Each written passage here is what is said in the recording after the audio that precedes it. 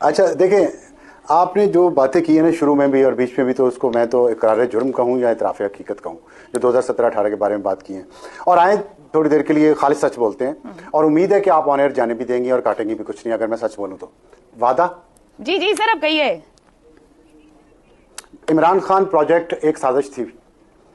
Murtaza Ali Shah the news का reporter, उसने खुद मौके पे पकड़ा लंदन में जनरल ज़हीरुल इस्लाम, जनरल पाशा, ताहिरुल कादरी, इमरान खान, शुजात हुसैन को उस अपार्टमेंट में जिसमें बैठ के ये साजिश तय हुई थी, वहां से ये शुरू हुआ काम।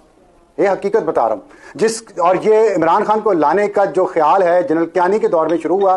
General Pasha, general Zaheer, general Rizwan, general Faiz इसके करता धरता थे, और कमर बाजवा, राहिल शरीफ इसमें शामिल था। कमर जावेद बाजवा ने इसको आके पाया तकमील तक पहुंचाया। बीच में उन्होंने 5-6 जजेस मिलाए, 5-6 एंकर्स मिलाए जो स्मगलिंग के पैसे से टीवी चैनल चलाते थे, जो ISPR को निचोड़ते थे, और ISPR के DGs भी उसमें पैसा बना के गए हैं।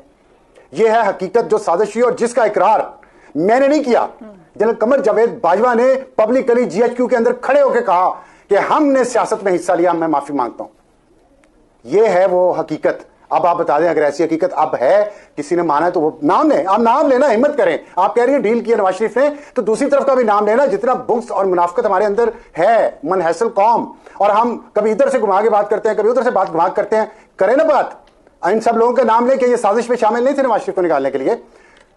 आज तयशुदा नहीं है। 24 साल हो गए हैं। आज एक मिनट ठहर जाए, आप मुझे बात करने दें, आप मुझे बात करने दें। अब आप 24 साल हो गए हैं, 24 साल। नवाज शरीफ जो पाकिस्तान की एक बहुत बड़ी सियासी जमात का सरबराह है, 3 दफा वज़ीर-ए-आज़म रह चुका है। 24 साल में ये 4 जर्नल, 4 जज और 4 एंकर ने उन्हें सिर्फ एक दफा इलेक्शन लड़ने दिया। क्यों बताएं, किस कानून के तहत? उस वक्त आपने क्यों नहीं अदालती सहूलत की बात की? अदालती रिलीफ मैं बता देता हूं आपको क्या है। अदालती रिलीफ यह है कि एहतसाब अदालत ने नवाज शरीफ की गैर मौजूदगी में उनको सजा सुनाई जो नहीं होना चाहिए था। उसकी बुनियाद पे उन्होंने आज अप्लाई किया कि मेरी गैर मौजूदगी में आपने सजा सुनाई है, इसलिए मैं वापस आना चाहता हूं, मुझे जमानत दी जाए राहदारी की। नैब से पूछा, नैब ने कहा हमें कोई इतराज नहीं। क्या नैब ये इतराज करता कि जी वापस ना आए?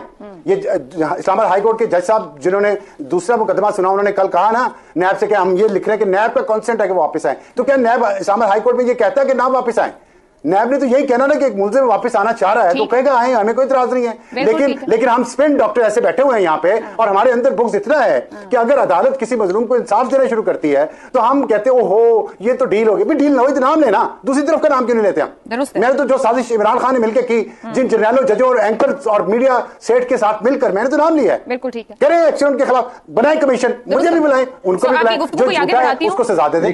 सत्याशुदा नहीं है जी जी। मैं अभी बात कर लूं आयशा जी। अब साहब मुझे जैनब साहब की तरफ भी जाना है, कहिए, आप कंप्लीट कीजिए। और दूसरी बात यह कि अकामा जिसमें नवाज शरीफ को आपने सजा दी है वो ऐसा केस है जिसकी कई मिसाल नहीं दी जाती, किसी जगह मिसाल नहीं दी जाती। दे ना, साइटेशन क्यों नहीं होती? और क्या ये जावेद हाशमी ने जो प्रेसिडेंट थे PTI के, उन्होंने ये प्रेस कॉन्फ्रेंस में नहीं कहा था कि मुझे कहा इमरान खान है कि 4 हमारे अगले चीफ जस्टिस हमारे आ रहे हैं? क्या जस्टिस शौकत अजीज सिद्दीकी ने ये नहीं कहा, बयान हल्फी नहीं दिया कि जनरल फैज हमें आके कह रहा था कि ये मर्जी के बेंच बनाएं और अगर वरना हमारी 2 साल की मेहनत ज़ाया हो जाएगी? ये सारी बातें किधर से? ये सब कुछ हुआ ना।